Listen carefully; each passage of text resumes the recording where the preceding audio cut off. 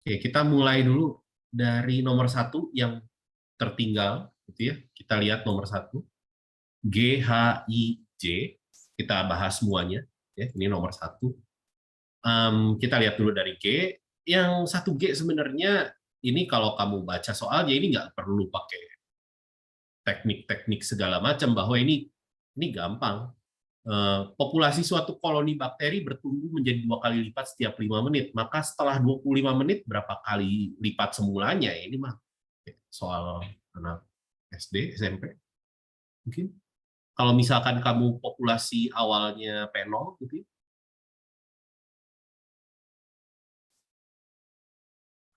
Terus kalau saya sebut PT ini populasi setelah T menit lah. Berarti yang saya tahu P5 itu adalah 2 kali lipatnya dari P0, ya populasi awal.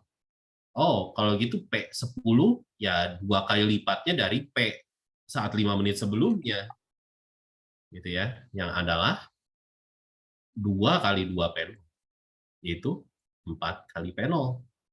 P15 ya 2 kali P10, oh ya 2 kali 4 P0, 8 P0. Ya terusin sendiri ya, P20 jadi 16 P0. Berarti saya bisa jawab bahwa 25 menit kemudian dia akan menjadi 32 kali lipat populasi semula. Oke, sekarang untuk yang H, ini baru ngobrolin persamaan diferensial orde 1. Jadi bentuk umum dari persamaan diferensial orde 1 adalah dy dx ditambah px dikali y sama dengan qx, gitu ya. Di sini untuk menyelesaikannya kita butuh yang namanya faktor integrasi. Faktor integrasi di sini bisa diperoleh dengan menghitung, saya beri nama IX itu, bisa diperoleh dengan menghitung E pangkat integral PX dx. Gunanya apa? Gunanya biar kamu bisa kalikan dia di kedua ruas persamaan diferensial kamu dan bisa disederhanakan gitu loh pada akhirnya. Nah, di sini kita coba lihat dulu bahwa untuk kasus dy dx minus 1/x kali y sama dengan x, berarti faktor integrasinya px-nya minus 1/x gitu ya. Berarti faktor integrasinya ix-nya e pangkat integral minus 1/x dx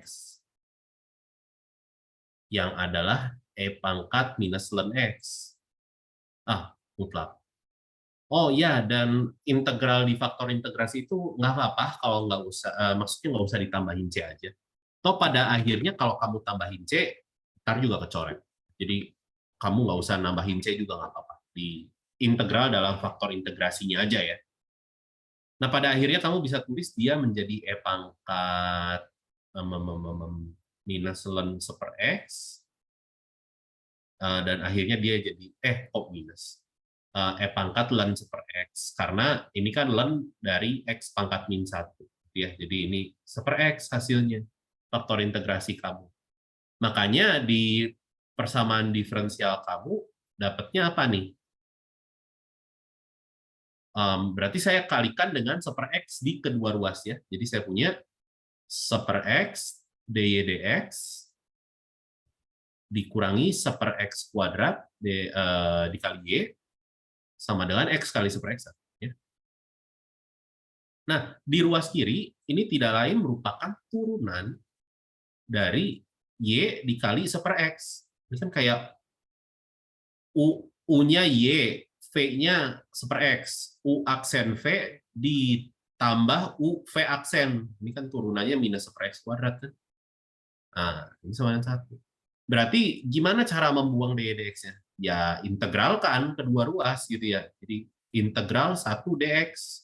Ya ini mah X tambah C dong. Gitu kan?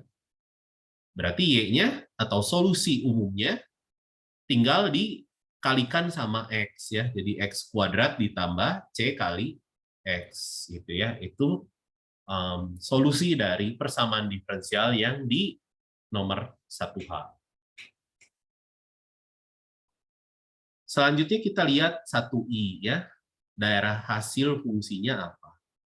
Nah, ini kan kita ngobrolin inverse trigonometry. Inverse trigonometry. Jadi yang kita tahu sebelumnya fungsi inverse itu baru satu-satu kalau dia monoton murni gitu ya. Maksudnya fungsi itu punya inverse kalau dia satu-satu. Fungsi satu-satu kalau dia monoton murni. Monoton murni itu artinya turunannya selalu positif terus selalu negatif gitu ya. Yang kita tahu fungsi sinus kan fungsi yang naik turun itu nggak monoton murni. Tapi kalau kita batasi domainnya, dia jadi fungsi yang monoton murni. Biasanya kita ambil dari min pi per 2 sampai pi per 2. Dia selalu naik di situ. Dan sin inverse ya tinggal kamu cerminkan terhadap garis Y sama dengan X. Itu grafik fungsinya.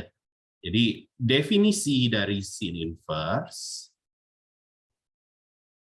itu adalah, kalau saya sebut sin inverse-nya itu Y, berarti X-nya adalah sin Y. Ya. Tapi ini untuk batasnya dari mana sampai mana gitu ya. Batasnya di sini X-nya berarti Y-nya dari min pi per 2 sampai kebalik ya. Y-nya sin inverse X. Berarti X-nya adalah sin Y. Oh iya benar deh. Y-nya dari min pi per 2 sampai pi per 2 gitu. Dan pada akhirnya domain dari fx itu bisa saya salah tulis, yang ditanya daerah hasilnya. Range dari fx itu sama aja kayak domain dari inverse-nya.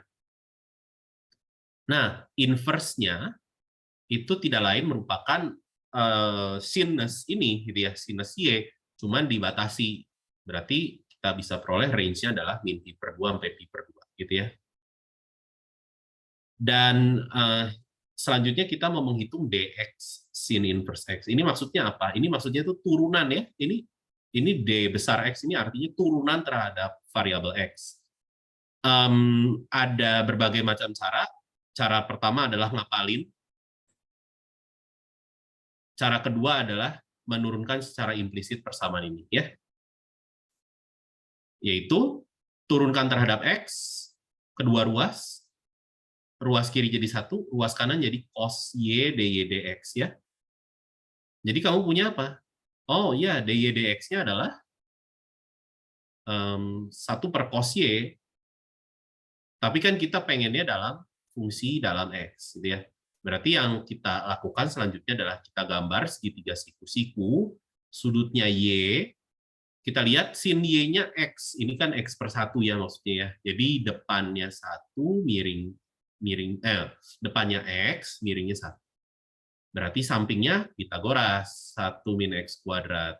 Jadi kosinusnya apa? Samping per miring. Oh, akar 1 min x kuadrat per 1. Jadi ini adalah 1 per akar 1 min x kuadrat. Gitu ya.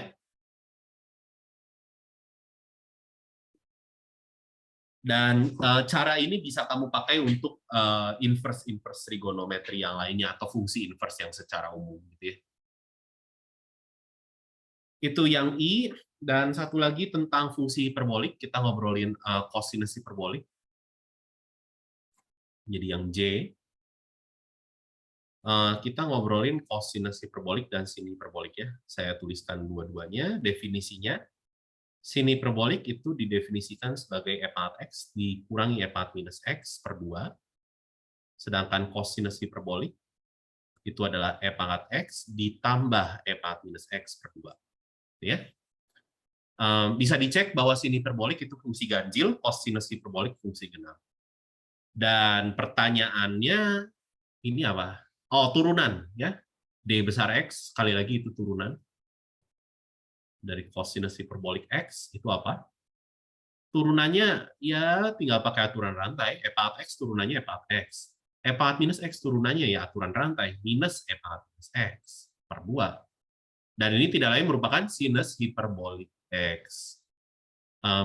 Integralnya apa? Ya, pertanyaan selanjutnya kan integralnya.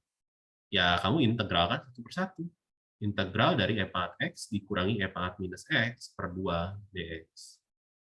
Integral E pangkat X, dia adalah E pangkat X, E pangkat X per 2. Integral dari minus E pangkat minus X adalah plus. Ini plus ya, saya salah. Integral dari E pangkat minus X adalah minus E pangkat minus X. Ya, pakai metode substitusi. Dan ini tidak lain merupakan, oh ya sama, sinus hiperbolik juga. Gitu ya. Tentunya ada obrolan lain ya, kita ngobrolin tangan hiperbolik, sekan hiperbolik, tapi idenya sama kayak trigonometri ya. Tangan hiperbolik berarti sinus hiperbolik dibagi kosinus hiperbolik, sekan hiperbolik berarti 1 per cos hiperbolik. Idenya sama kayak trigonometri. Begitu, itu untuk nomor 1. Jadi ini kayak merefresh ulang aja apa yang kamu lihat saat kuliah gitu ya. Kita belum bahas soal yang terlalu rumit di sini. Ada pertanyaan dulu untuk nomor 1?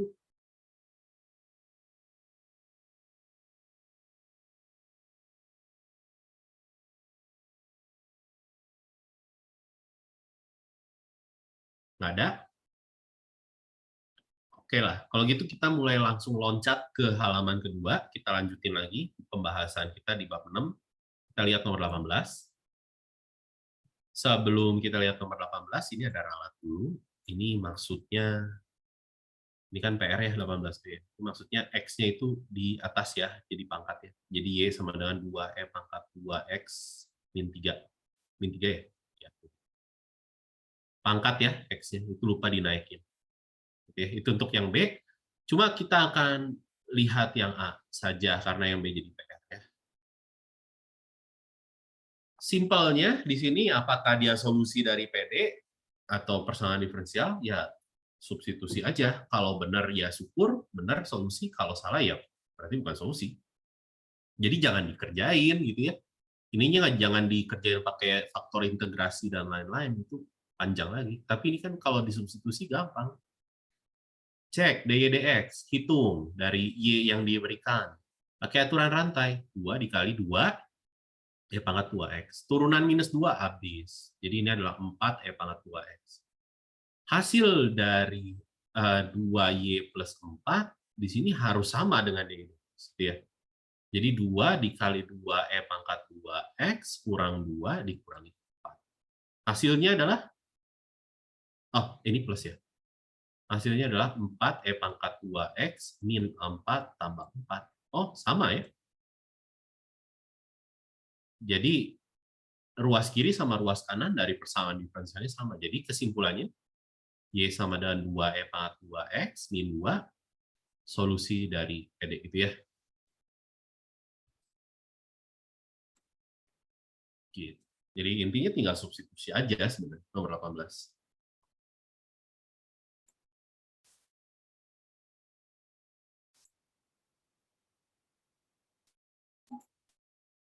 Sekarang kita lihat nomor 19 ya. Nomor 19 ini tentang benar-benar menyelesaikan persamaan diferensialnya gitu. Berbeda dengan nomor 18 ya. Sebagai contoh sebenarnya kamu udah lihat tadi di nomor 1, tapi kita akan lihat lagi di 19A. Di sini kita sudah lihat bahwa persamaan diferensialnya sudah sesuai dengan bentuk umumnya ya. Jadi faktor pengintegralnya atau faktor integrasi bisa ditentukan. Yang adalah E pangkat integral 2 dx ya. Itu adalah E pangkat 2x. Sekali lagi plus C tidak perlu ditulis di faktor integrasi, nggak apa-apa. Kita kalikan kedua ruas dengan faktor integrasi, jadi E pangkat 2x dy dx sama dengan 2 sama dengan tambah 2E pangkat 2x dy dx. Sama dengan E pangkat x dikali E pangkat 2x, E pangkat 3x. Ruas kiri kita itu tidak lain merupakan turunan terhadap x dari y dikali E pangkat 2x. Dan ini hasilnya E pangkat 3x. Oke, kalau gitu y E pangkat 2x tinggal kita integralkan saja ruas kanan. Yang adalah metode substitusi ya, saya tidak jabarkan detailnya. Nanti ditulis sendiri detailnya. Berarti kesimpulannya y kita atau solusi umumnya tinggal kita kalikan E pangkat minus 2X. Ya.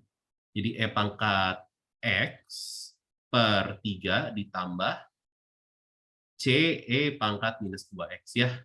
Ini solusi umum kita untuk nomor 19. A. Oke, nomor 18, 19 ada pertanyaan dulu.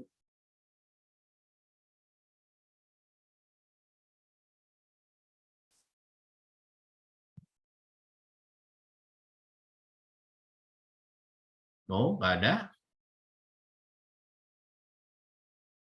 Nggak ada. Oke. Sekarang kita lihat nomor 21 ya. Jadi ini aplikasi dari persamaan diferensial orde 1 ya. Jadi ada tentang masalah larutan dan ada rangkaian listrik. Yang rangkaian listrik itu nomor 22, tapi nggak rame, itu tinggal masukin rumus aja. Rumusnya udah jadi kan sebenarnya. Yang mungkin harus sedikit mikir adalah masalah larutan gini ya. Jadi di sini kita gambar dulu ilustrasinya. Jadi ada tangki A, ada 2 tangki ya. Tangki A, jadi ceritanya ada larutan dimasukin ke tangki A, keluarnya dimasukin lagi ke tangki B. Nanti yang di tangki B juga keluar lagi. Ini tangki A, ini tangki B. Tangki A itu berisi 100 galon larutan yang mengandung 50 pon garam. Kita catat-catat aja dulu yang di depan. Ya. Nah, di sini tangki B mengandung 200 galon dan 150 pon. Pertama-tama larutan ini dialirkan, air murni dialirkan ke dalam larutan atau tangki A, lajunya 2 galon per menit.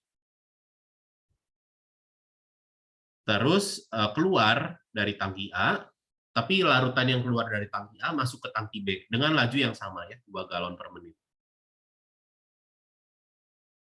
Dan keluar pada akhirnya di tangki B dengan laju yang sama juga, 2 galon per menit. Nah, dari informasi tentang lajunya di sini, lajunya sama semua. Artinya, volume di tangki A sama tangki B itu nggak bakal berubah. Volume larutannya, kalau kamu lihat. Ya, volume larutannya tidak akan berubah. Di tangki A selalu 100 galon, di tangki B selalu 200 galon. Di sini kita asumsikan dia teraduk secara sempurna, nggak ada garam yang mengendap gitu, bayangin kayak gitu. Kita ingin menentukan banyaknya kandungan garam pada tangki A dan B pada setiap menitnya. Oke, kita lakukan pemisalan dulu.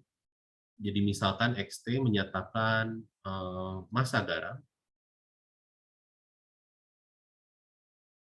pada tangki A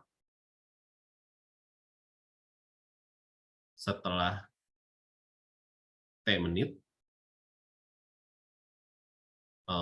Lalu ada YT, itu massa garam pada tangki B setelah T menit. Ya.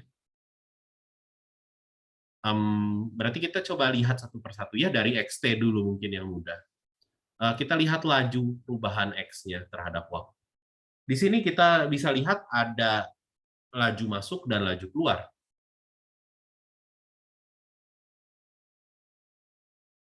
Berarti laju perubahan massa garamnya adalah yang masuk dikurangin yang keluar. Gitu ya.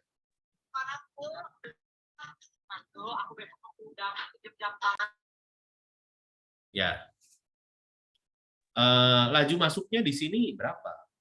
Laju perubahan massa garam di sini bisa kita hitung dengan mengalihkan konsentrasi larutannya dengan laju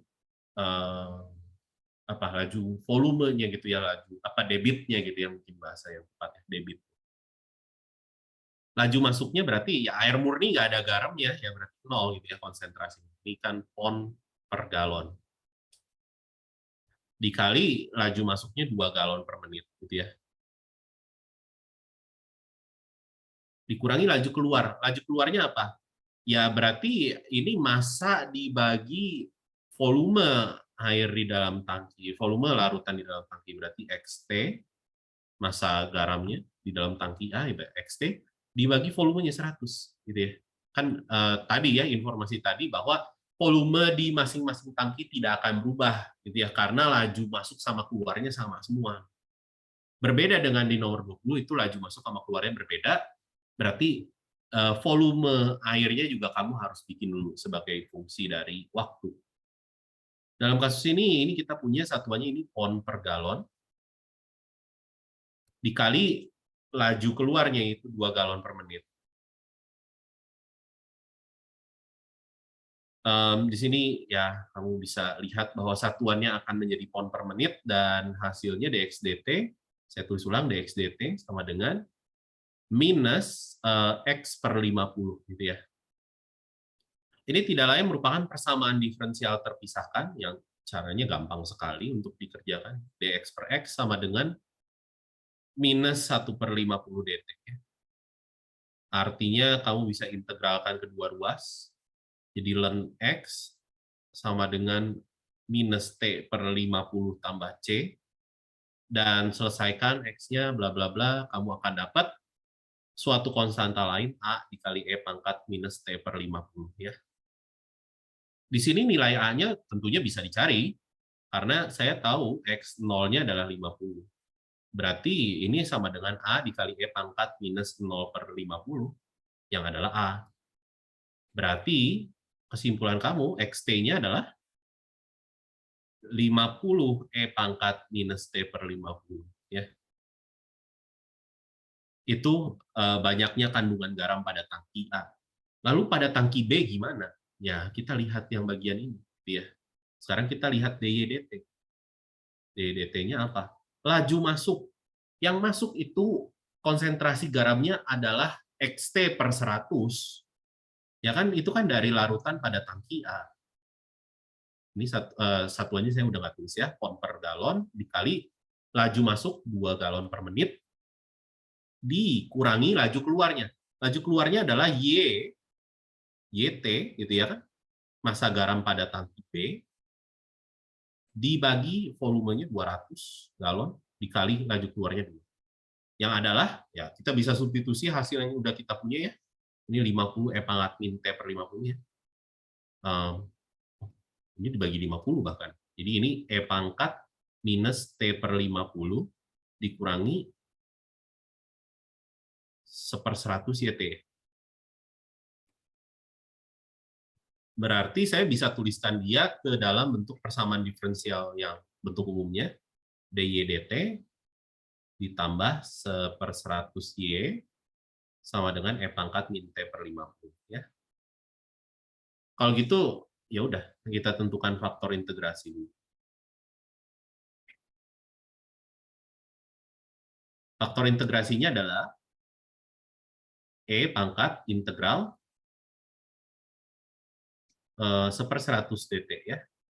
Sorry, ini fungsinya dalam T. Hasilnya adalah E pangkat T per 100. Sekali lagi, plus C-nya tidak perlu. Kita kalikan faktor integrasi ke kedua ruas persamaan. Kita punya ini plus maksudnya. 1/100 dikali E pangkat T per 100 kali Y, sama dengan ini E pangkat minus T per 50 dikali E pangkat T per 100 itu adalah minus T per 100 ya pangkat. Dan ruas kiri bisa kita pandang sebagai turunan terhadap T dari Y dikali E pangkat T per 100, dan ini adalah sama dengan E pangkat minus T per 100, integralkan kedua ruas, saya punya Y dikali E pangkat T per 100 itu adalah minus 100 E pangkat minus T per 100 ditambah konstanta sembarang. Sehingga Y-nya itu adalah, ini kita kalikan dengan E pangkat minus T per 100, jadi kita punya minus 100 E pangkat minus T per 50 ditambah C E pangkat minus T per 100. Ini solusi umumnya.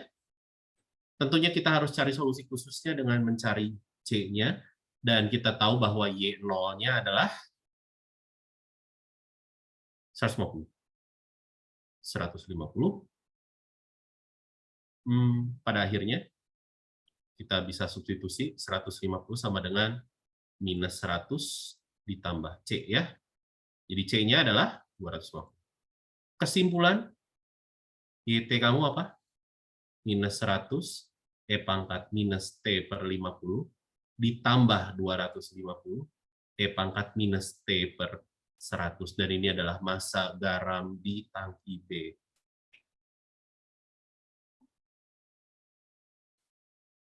Oke, ini memang soal yang panjang, soal yang nggak gampang. Kalau mau versi yang lebih gampang, bisa dicoba dulu nomor 20. Ya. Ada pertanyaan di nomor 21.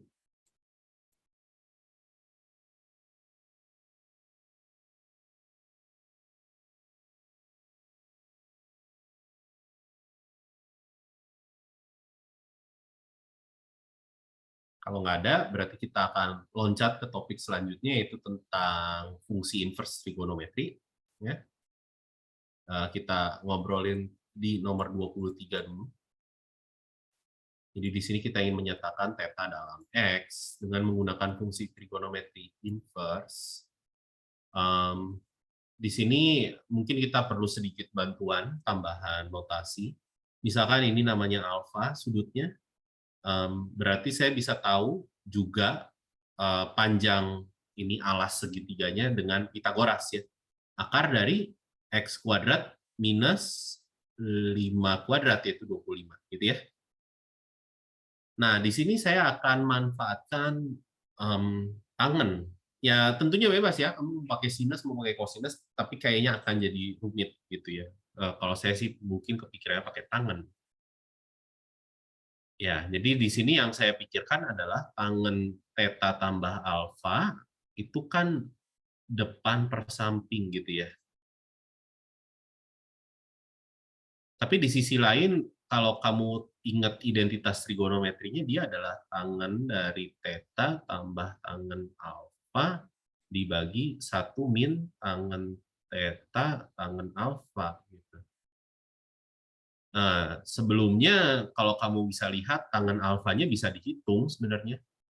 Depan per samping juga, gitu ya. Makanya bisa kita tuliskan ulang juga, tangen theta ditambah 2 per akar X kuadrat min 25 dibagi 1 min tan theta dikali itu. Gitu. Jadi kalau kamu lihat kesamaan ini sama ini dikali silang, gitu ya. Dikali silang dapatnya apa? Yaitu dikurangi tan theta dikali 10 dikurangi akarnya hilang sama dengan 5. Bentar. Ini saya salah yang kali ini.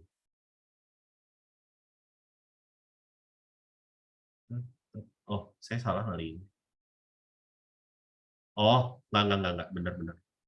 Sama dengan sisanya gitu ya. Tan theta bukan kali silang, Deng. Saya cuma mindahin penyebutnya ke ruas kiri. Ya, salah ngomong saya. Nah, ini. Kalau gitu ya tinggal dipindah ruas saja. Ini 3 per akar X kuadrat min 25 sama dengan tan theta dari 1 tambah 10 per X kuadrat min 25. Jadi tan theta-nya dapat.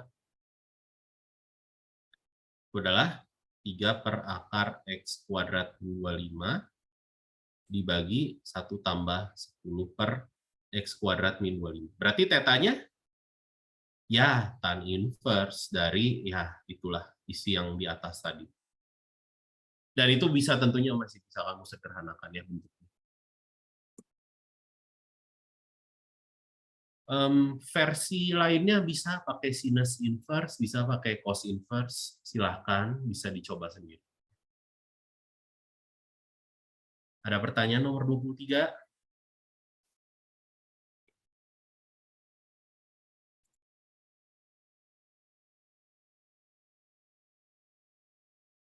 Ada pertanyaan Pak? Kalau tidak ada, kita lihat kelanjutannya. Nomor 24. Kita lihat nomor 24D. Di sini ya jangan takut. Maksudnya dalam artian kamu melihat trigonometri inverse itu kayak sudut aja. Jadi bayangkan untuk nomor 24 ini, bayangkan A-nya itu adalah cosinus inverse dari 3/5. Bukan untuk diselesaikan, ya. Jangan disebut ini 37 derajat, bukan 53 derajat juga bahkan gitu ya. Itu cuma hampiran doang dan itu nggak sama persis sama dengan. Dan ini sin inverse 5/13 saya namain B. Menurut definisi dari inverse fungsi berarti cosinus dari A itu hasilnya 3/5. Dan kalau gitu saya punya sinus dari B, ini hasilnya adalah 5/13. Oke, kalau gitu sebenarnya yang mau saya hitung berarti sinus dari A tambah B dong. Dan dia tidak lain merupakan sin A cos B ditambah cos A sin B. Cos A sin B udah punya, sin A cos B-nya gimana? Gambar segitiga. Ya. Ini A, cos A itu 3/5, berarti sampingnya 3, miringnya 5. Melalui triple Pythagoras saya tahu sisi depannya 4. Berarti saya tahu sin A-nya adalah 4/5. Lalu segitiga siku-siku yang selanjutnya dengan sudut B, kita tahu sin B-nya 5/13, berarti sisi depannya 5, sisi miringnya 13, sisi sampingnya 12. Cosinus B 12/13 ya. Jadi ketahuan semuanya. 4/5 kali 12/13 ditambah 3/5 kali 5/13. Yang adalah samakan penyebut 65, 48 ditambah 15 yang adalah 63/65 ya hasilnya. Gitu. Ya, tentunya sisanya bisa dicoba ya.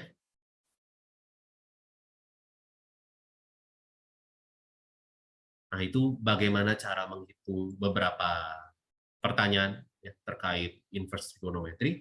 Sekarang kita bakal lihat kalkulusnya di balik inverse trigonometri, misalkan pertanyaan tentang limit, turunan, integral. Ya. Kita lihat nomor 25 dulu. Di sini pertanyaannya adalah limit dari inverse trigonometri. Kita coba kerjakan 25B dengan D. Oke. Di sini 25B itu kita ingin mengerjakan limit X menuju 1 minus, artinya 1 dari kiri, dari sinus inverse X. Nah, sekarang saya mau sebut dulu, gitu ya. Misal limit tersebut hasilnya L.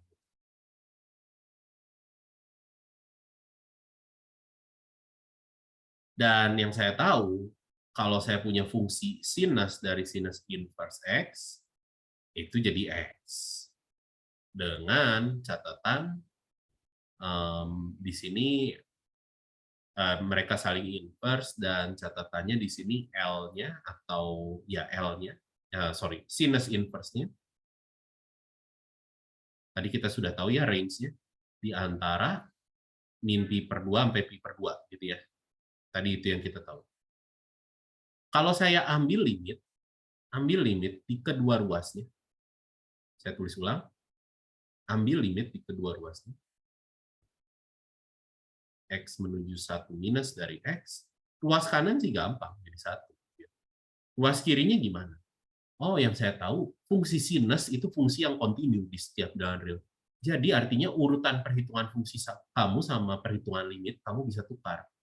Jadi sinus dari limit X menuju 1 minus dari sin inverse X. Ini kan L. Nah, pertanyaannya, L-nya harus berapa yang memenuhi sin L-nya sama dengan 1. Tapi syaratnya ini, dari min pi per 2 sampai pi per 2. Ya, L-nya mau nggak mau pi per 2 dong. Nah, ini hasil limit kamu untuk 25B. Nah, untuk 25D, triknya mirip. Jadi yang saya mau lihat, saya akan pakai sifat dulu, bahwa limit dari secant inverse X itu tidak lain merupakan cos inverse dari 1/x. Nah, di sini saya akan lakukan pemisalan dulu. Misalkan saya pakai T, T-nya 1/x. Kalau saya punya X-nya menuju minus tahingga, maka saya punya T-nya menuju 0.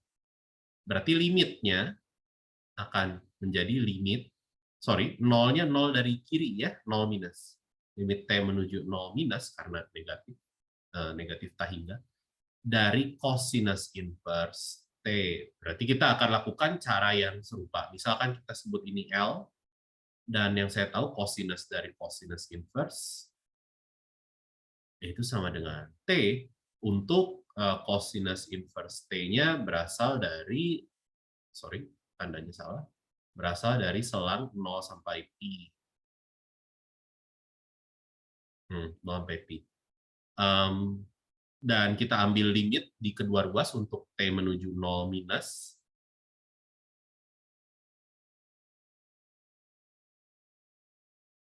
Limit T menuju 0 minus dari T.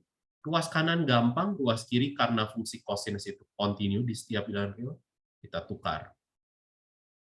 Urutan dari perhitungan fungsinya dan integral limitnya gitu ya. Oke, ini L gitu ya. Jadi cos L sama dengan 0. Sekarang L-nya berapa ya kalau dibatasi dari 0 sampai pi? Ya L-nya pi per 2. Selesai. Jadi jawabannya pi per 2 juga, ini kebetulan sama. Gitu. Untuk nomor 25 ada pertanyaan? Atau nomor-nomor sebelumnya ada pertanyaan?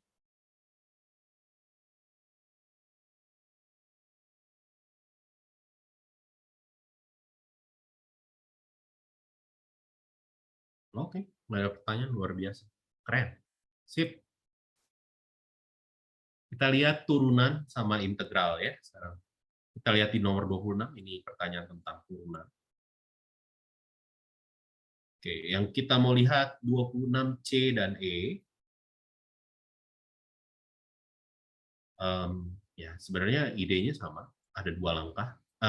Ada dua alternatif cara. Cara pertama, kamu ngapalin.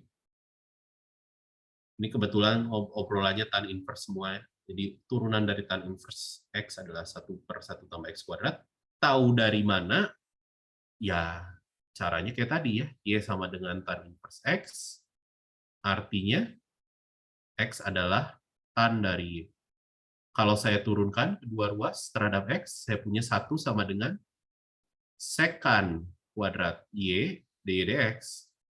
Berarti dy dx kamu adalah cos kuadrat Y.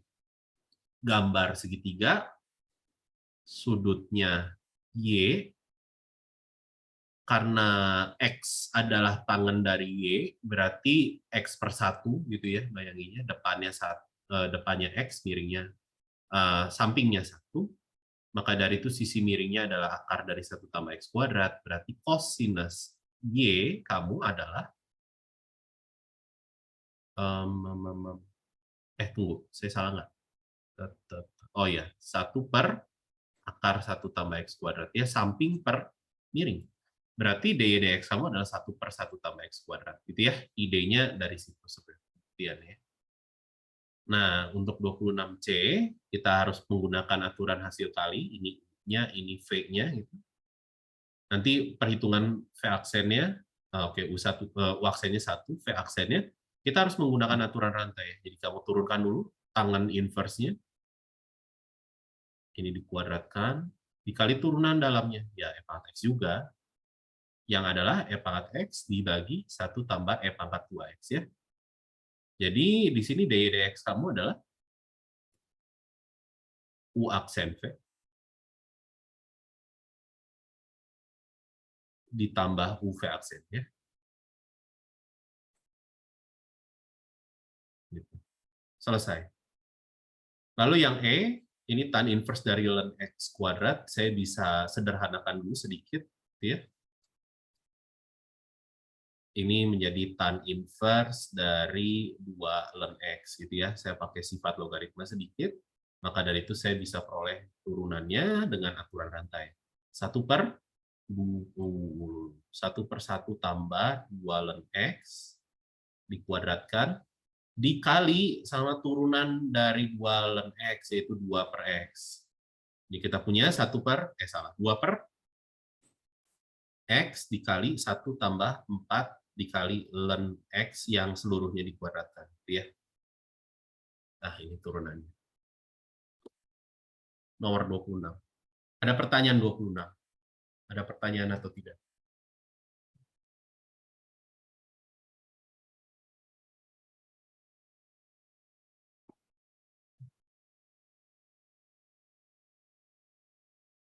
Tidak ada. Sama. Ya. Tadi yang dari sekan kuadrat ke cos kuadrat yang di kanan. Kenapa? Ya itu kenapa jadi dy per dx sama dengan cos kuadrat? Pindah ruas. 1/sekan kuadrat adalah cos kuadrat. Oh, terus nanti langsung ke gambar yang kiri ya, Kak?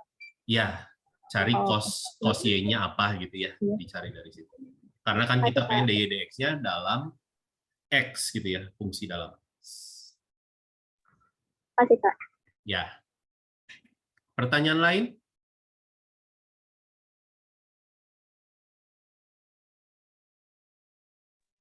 Boleh tanya di nomor 24 nggak? 24? Kenapa?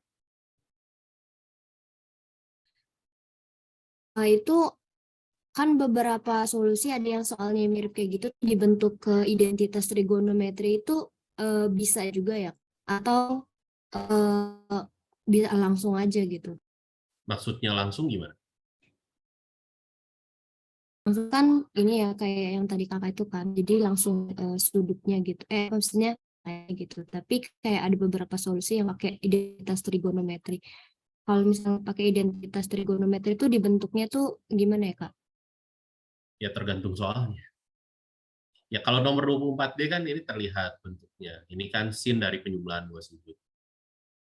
Kamu menentukan sudut itu nggak semudah itu. Ya, yang kamu tahu mungkin sudut-sudut yang istimewa yang 30 derajat, 45 derajat, 60 derajat mungkin atau di kuadran lain gitu ya. Tapi kayak cosinus inverse 3/5 kan kamu nggak tahu itu sudutnya berapa.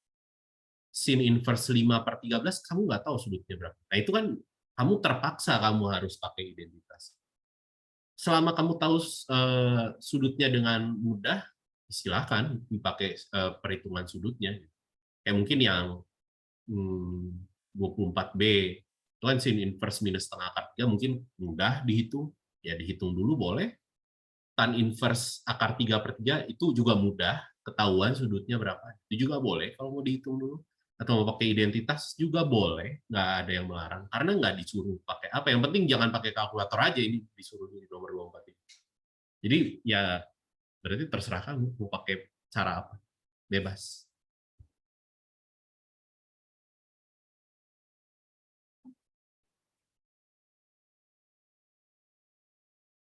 Ya, jadi intinya nomor 24D ya terpaksa kita harus pakai identitas trigonometri ya karena kita tidak tahu sudutnya berapa gitu ya.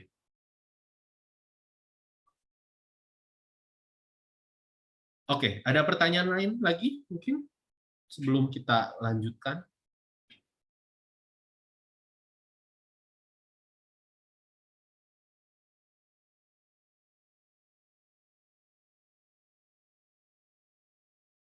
Belum ada?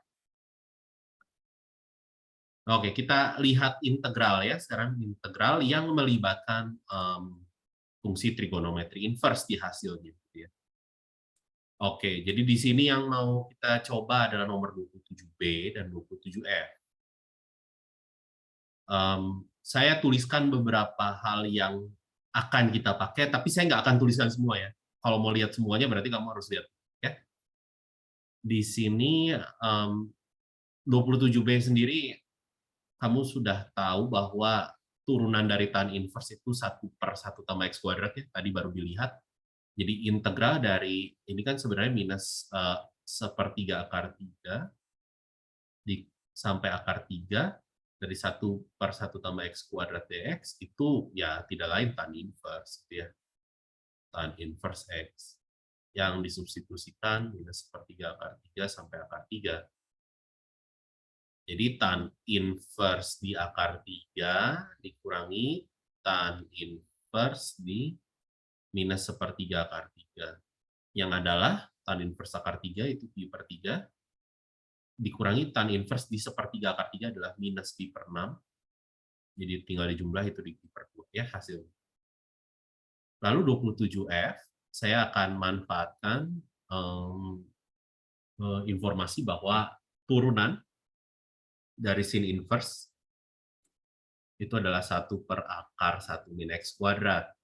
Kalau gitu, integral dari 1 per akar 12 min 9X kuadrat dx gimana? Oh, saya coba buat dulu deh jadi 1 di penyebutnya. Jadi integral 1 per akar 12-nya saya keluarin jadi 2 akar 3. Atau saya tulis dulu deh biar nggak bingung ya. Akar 12-nya saya keluarin, sisanya 1 dikurangi, ini 9 per 12 X kuadrat gitu ya. Keluar, akar 12-nya keluar. Jadi 1 per 2 akar 3. Gitu ya. Integral 1 per akar 1 kurang, ini 3 per 4 X kuadrat. Berarti akar 3 per 2 dikali X yang seluruhnya dikuadratkan. Dx.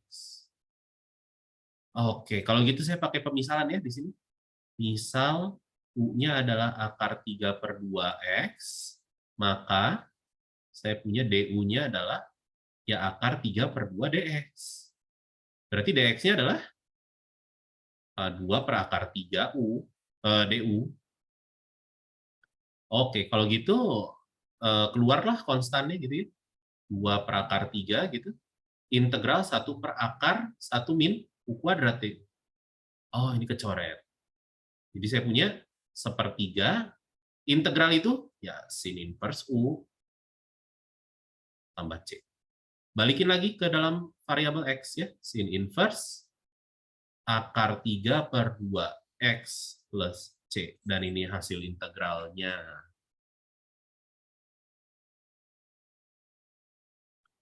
Ya, itu untuk beberapa contoh perhitungan integral. Tentunya kamu harus coba sendiri ya untuk jenis-jenis yang lain.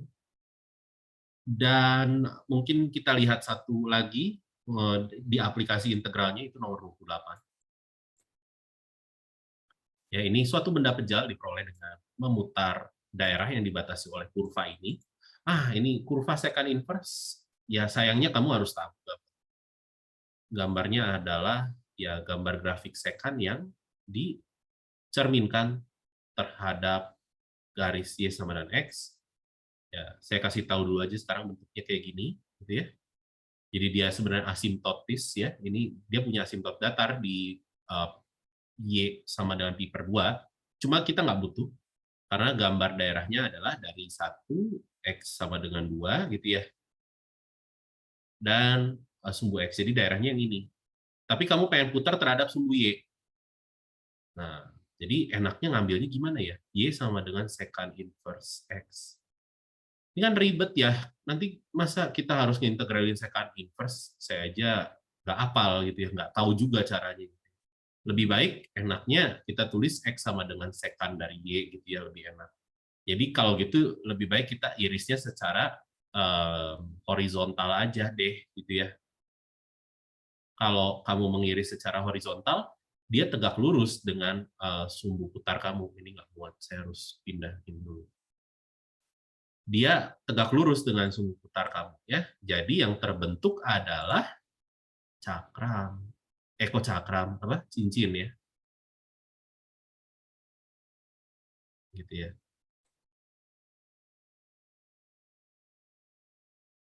Ya, dia terbentuknya jadi cincin gitu ya. Oke, jadi delta VI kamu apa kalau gitu? Ya kalau gitu ini ketebalannya delta Y di ketinggiannya YI bar gitu.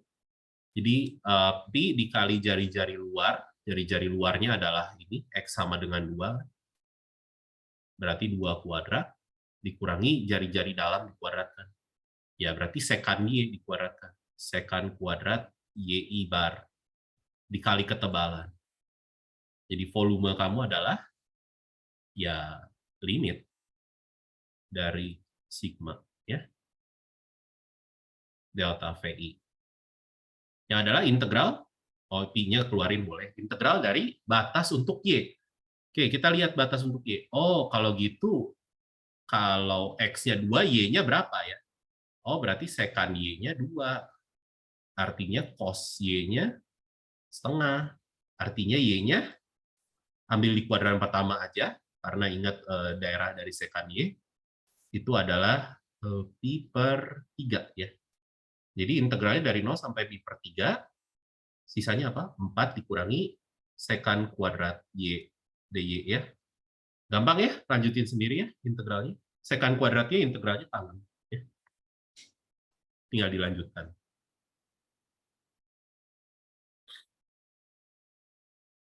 Oke. Ada pertanyaan nomor 27 dan 28?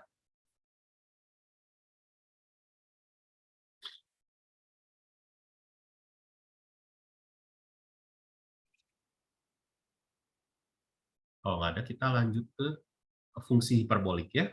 Nomor 29 dan 30. 29, 29B yang kita lihat. Jadi untuk membuktikan identitas yang B, kita ingin, ya namanya identitas berarti kita cocokkan ruas kiri dan ruas kanannya harus sama gitu ya. Di sini kayaknya lebih enak kalau kita bongkar dulu ruas kanan. Cos hiperbolik X dikali cos hiperbolik Y dulu. Kita lihat satu persatu ya. Menurut definisi, dia adalah E pangkat X ditambah E pangkat minus X per 2 dikali E pangkat X ditambah E pangkat Y ditambah E pangkat minus Y per 2. Ya, penyebutnya dikaliin jadi 4 gitu ya. Tapi pembilangnya jadi apa? E pangkat X, E pangkat Y, E pangkat X, E pangkat minus Y, E pangkat minus X, E pangkat Y, E pangkat minus X, E pangkat minus Y. Gitu ya. Terus sin hiperbolik X, sin hiperbolik Y. Kita kaliin. Ini adalah E pangkat X dikurang E pangkat minus X per 2 kali E pangkat Y dikurangi E pangkat minus Y per 2. Sama dengan ini per 4, sama. Tapi hasil perkaliannya jadi apa? E pangkat X, E pangkat Y, minus E pangkat X, E pangkat minus Y, minus E pangkat minus X, E pangkat Y, tambah E pangkat minus X, E pangkat minus Y. Kalau kita jumlahin semuanya, berarti kita jumlahin ini. Ya. Jadinya apa? Ininya kecoret ya, beda tanda gitu ya. Sisanya apa? 2 E pangkat X, E pangkat Y, tambah 2 E pangkat minus X, E pangkat minus Y per 4. Ini sesuai sifat perpangkatan, ini jadi E pangkat X plus Y, ini E pangkat minus dari X plus Y. Duanya kebagi, ya, jadi per 2. Ini kan cos hiperbolik dari X plus Y. Ya. Jadi sudah terbukti bahwa cos hiperbolik dari X plus Y itu ya penjumlahan dari dua suku yang kita hitung tadi. Ya, sisanya bisa dicoba, caranya ya tentunya menggunakan definisi dari fungsi hiperbolik. Nggak aneh ya, nggak aneh.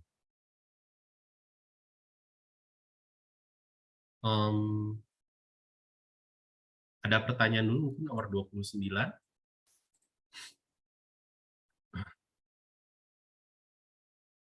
Apakah ada pertanyaan?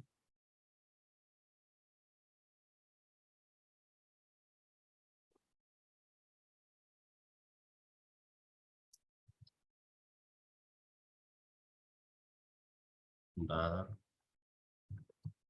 Satu nomor lagi ya, terakhir, nomor 30. Kalau nggak ada pertanyaan. Oke. Yang kita mau lihat yang integral-integralnya. Jadi integral B sama E. Integral sin hiperbolik tadi cos hiperbolik ya. Jadi kita tinggal menggunakan substitusi aja.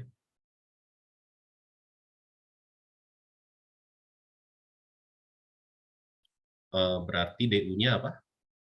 3 dikali DX. Berarti integral kamu akan berubah menjadi sinus hiperbolik dari U, tapi ini dikali 1/3 DU gitu ya. Dan integral sin hiperbolik cos hiperbolik. Gampang banget. Jadi ini adalah cos hiperbolik dari 3x plus 2 dibagi 3 gitu ya hasil integral. Nah, untuk yang mungkin ya kamu perlu membuktikan dulu bahwa integral dari secant hiperbolik kuadrat, ya mungkin saya nyebutnya pakai huruf U gitu ya, itu adalah tan hiperbolik. Jadi mirip kayak trigonometri ya beberapa gitu ya, tapi nggak semua ya, nggak semua. Tapi yang ini kebetulan bisa kamu buktikan ya. Jadi ya ini tinggal pakai pemisalan kecil aja. Jadi U-nya adalah X min setengah, maka DU-nya adalah DX gitu ya. Jadi integral secant hiperbolik kuadrat X min setengah DX itu adalah ya tan hiperbolik X min setengah plus C ya. Karena DU-nya DX, jadi nggak ada yang berubah. Selesai.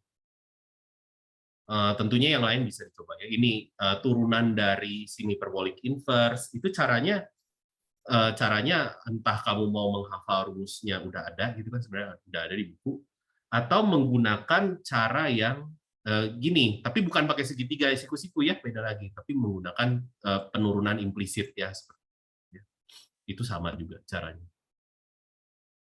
Cuma nanti identitas yang kamu pakai itu tentunya berbeda. Ya. Identitas hiperbolik yang perlu diingat ini sebenarnya. Cos hiperbolik kuadrat dikurangi sin hiperbolik kuadrat itu 1. Itu yang kamu manfaatkan. Selesai. Beres bab 6. Gimana? Ada pertanyaan dulu nggak? Boleh, kalau mau nanya apapun boleh. Karena kita masih punya waktu juga, misalkan mau nanya-nanya terkait persiapan KBF atau mau nanya UAS, ya bebas. Seperti biasa. Saya tunggu aja 2 menit lah. Boleh. Kalau misalkan ada pertanyaan.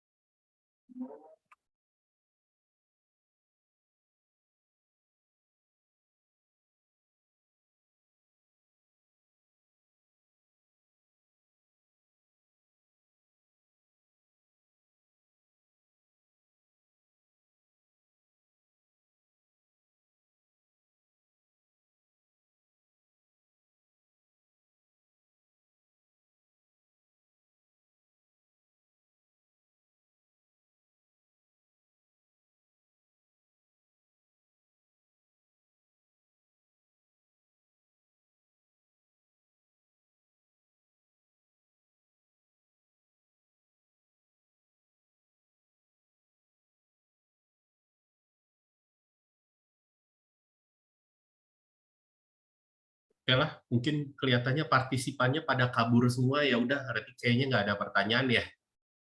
Ya udah, kalau gitu saya stop aja.